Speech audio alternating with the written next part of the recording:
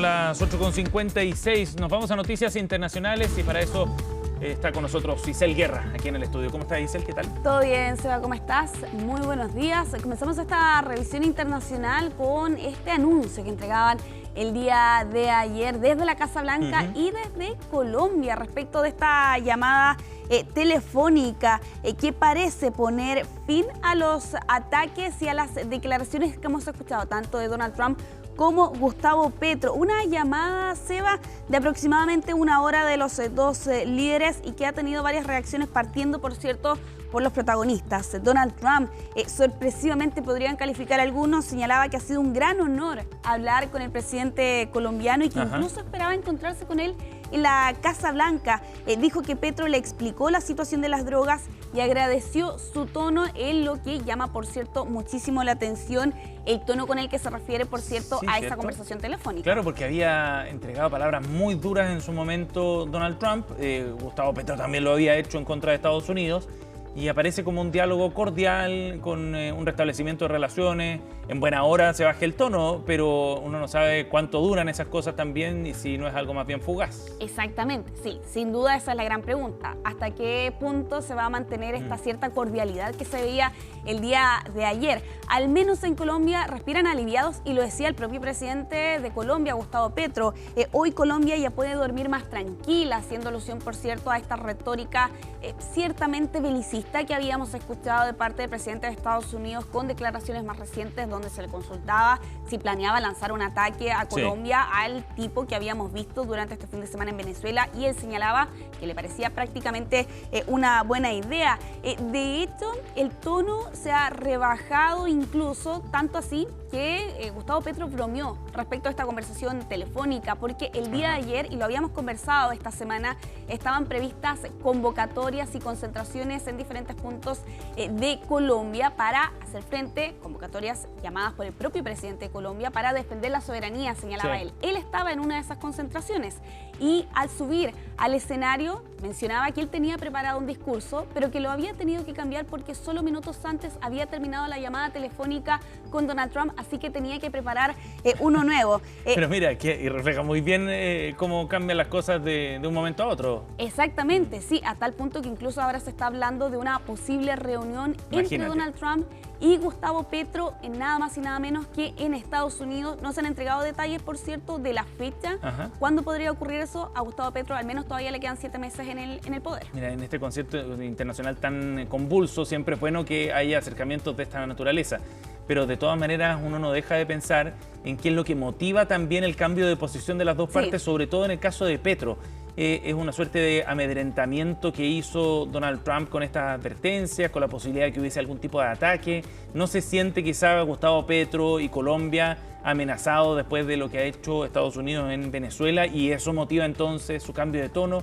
Uno no deja de pensar en esas cosas, porque si es ese el origen del cambio de conducta, estamos frente a un escenario bien complejo, ¿no? Porque acciones de fuerza de una potencia como Estados Unidos son las que terminan determinando las condiciones del diálogo, de las relaciones diplomáticas, y eso es súper peligroso. Hasta cierto punto queda la duda, por cierto, si es que las declaraciones recientes y las diferentes advertencias y amenazas que lanzaba Donald Trump pudieron haber influido o no en el ánimo que veíamos el día de ayer, pero el país señala durante esta jornada en su edición que aparentemente, al menos en los últimos meses, hubo conversaciones secretas de diversas figuras del gobierno colombiano, de empresarios, el procurador general de la nación, incluso el canciller y varias personas de la máxima confianza del presidente Petro para atender estos puentes con Estados Unidos en un trabajo que se ha llamado secreto. Muy pocas personas tenían conocimiento respecto de esos diálogos que se estaban llevando y tejiendo en estos últimos meses, y que aparentemente era un trabajo diplomático muy delicado, como lo han bautizado. Eso también responde hasta cierto punto lo que vimos el día de ayer, pero de todas formas no deja de pesar, por cierto, en la balanza si es que lo que vimos en la última semana tuvo relación o no. ¿Te parece, Seba, si vamos a revisar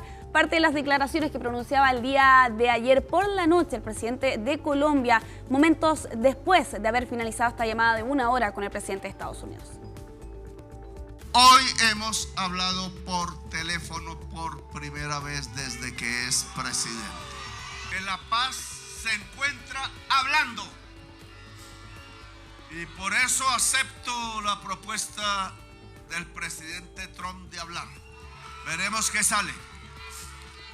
Volveré a insistir en que la alianza es posible en energías limpias porque traen paz y vida. Y amor mucho, porque aquí sí aprovechan la paz en eso.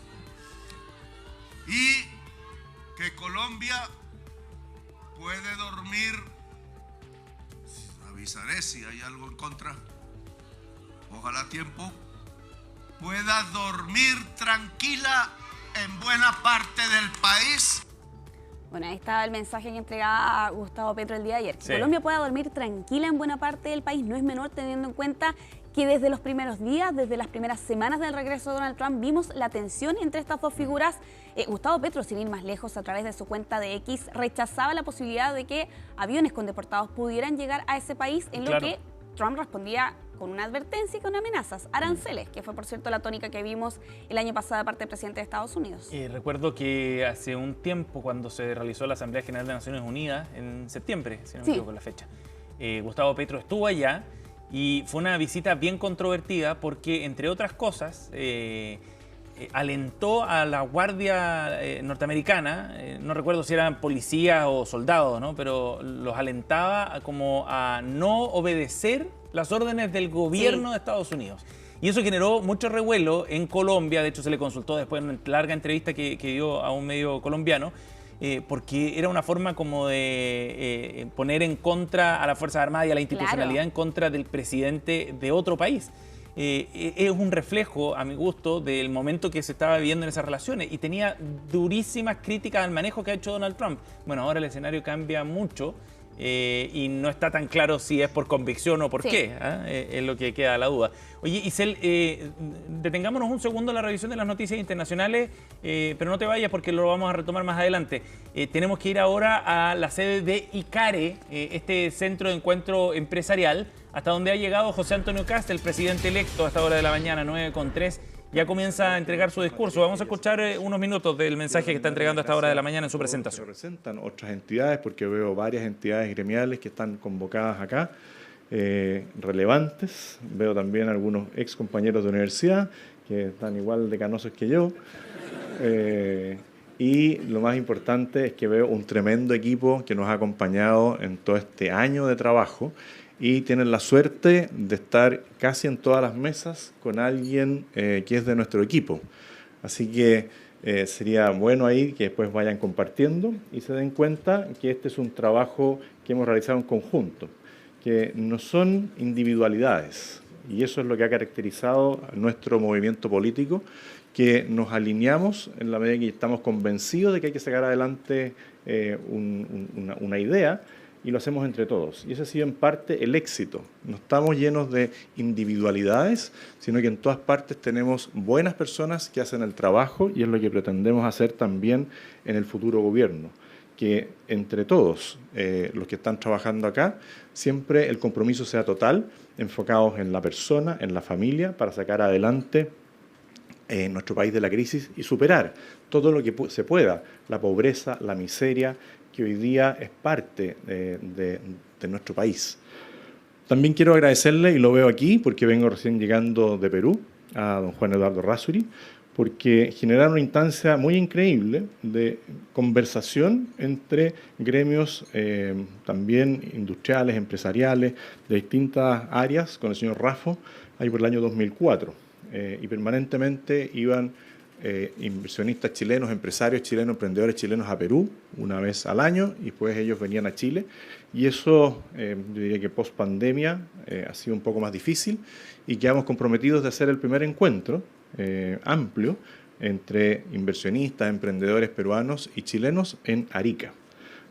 Así que, como fuimos con el gobernador Diego Paco y queremos instalar que Santiago no es Chile, los vamos a dejar invitados a los que estimen pertinente poder reunirnos dentro del primer semestre en Arica y ver cómo nos vamos complementando, porque somos vecinos, y eso quiere decir que debemos empujar a que seamos buenos vecinos, y somos vecinos estratégicos. Hay muchos temas que nos afectan a todos los países, si bien hablamos mucho de seguridad, también cómo potenciarnos en temas de inversión. Hay muchos chilenos, sobre todo en el tema de la agricultura, algunos en la minería, que están desarrollando tecnologías en Perú y hay también bastantes inversionistas acá.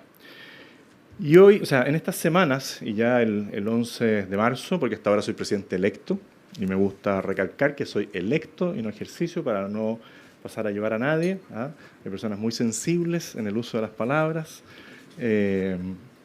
Por lo tanto, decirles que comienza un nuevo ciclo político. Y eso no solamente es una alternancia en términos democráticos, que en Chile también destacamos mucho por la seriedad, la responsabilidad y la rapidez en que se conocen los resultados, lo cual permite una transición mucho más tranquila que en otros países. Vemos como en un país de Centroamérica se demoraron como un mes en determinar quién era el candidato y eso produce tensión entre la ciudadanía. Y aquí estamos cerrando una etapa que, más allá de circunstancias que no dependían de nosotros, como puede ser la pandemia, el uso de los recursos frente El presidente a una electo pandemia, José Antonio Kast reunido a esta hora con empresarios en Icare. Es lo que está ocurriendo a esta hora de la mañana, cuando son las 9:07. Vamos a estar, por supuesto, nuevamente revisando el mensaje y las reacciones también, la interacción, a ver si es que hay algunos anuncios relevantes en este encuentro empresarial de la mañana. Isel Guerra está con nosotros aquí en el estudio para retomar y cerrando ya esta primera revisión de noticias internacionales. Sí, así es. Vamos a ir cerrando esta revisión internacional con declaraciones que ha entregado Delcy Rodríguez en estas últimas horas respecto a los acuerdos comerciales, cómo se va a dirigir el país en temas del petróleo, por ejemplo, con este anuncio que entregaba Donald Trump durante esta semana de que Venezuela va a proporcionar entre 30 a 50 millones de barriles de crudo. Y claro, aquí Delcy Rodríguez aseguraba el día de ayer por la noche que Venezuela está abierta a acuerdos que benefician a todos y en esa misma línea respecto de este anuncio de Donald Trump de que el dinero del petróleo va a ser utilizado solo para comprar productos estadounidenses. Bueno, ella señalaba, no es extraordinario que las relaciones económicas sean entre Estados Unidos y Venezuela. De todas formas, negaba inversiones tuteladas. Ella señalaba que el país va a tener relaciones económicas con todos los países del hemisferio. Pero lo cierto es que también vemos aquí un discurso contradictorio, ¿no?, de Delcy Rodríguez. Por un lado, a inicios de esta semana apuntaba a trabajar conjuntamente, pero de todas formas señala que el secuestro, como lo califican en Caracas, de Nicolás Maduro es una mancha que contamina la relación entre Estados Unidos y Venezuela, apuntando que el narcotráfico y los derechos humanos eran una excusa para la intervención estadounidense, insistiendo allí en la soberanía comercial. Rodríguez señalaba, los recursos energéticos deben estar al servicio de nuestro desarrollo y de otros países del mundo. Vamos a revisar precisamente parte de esas declaraciones que pronunciaba la presidenta encargada de Venezuela. Venezuela está abierta a relaciones energéticas donde todas las partes estén beneficiadas, donde la cooperación económica esté muy bien determinada en contratos comerciales. Y bueno, nosotros estamos dispuestos, claro que sí, a relaciones de respeto en el marco de los convenios comerciales que respeten la legalidad internacional. Bueno, ahí está parte del mensaje que pronunciaba la presidenta encargada de Venezuela el día de ayer respecto de las relaciones con Estados Unidos y también con otros países, en medio de la gran pregunta que queda, Seba, ¿cómo se van a llevar a cabo precisamente esos negocios entre estos dos países? Exacto, es la duda que queda y cuán supeditado va a estar y tutelado todo este proceso a los intereses de Estados Unidos, y a la luz de los primeros pasos, mucho, ¿no? Sí, exactamente. Eso va quedando bien claro. Gracias, Isel, nos vemos más tarde. Nos vemos más adelante.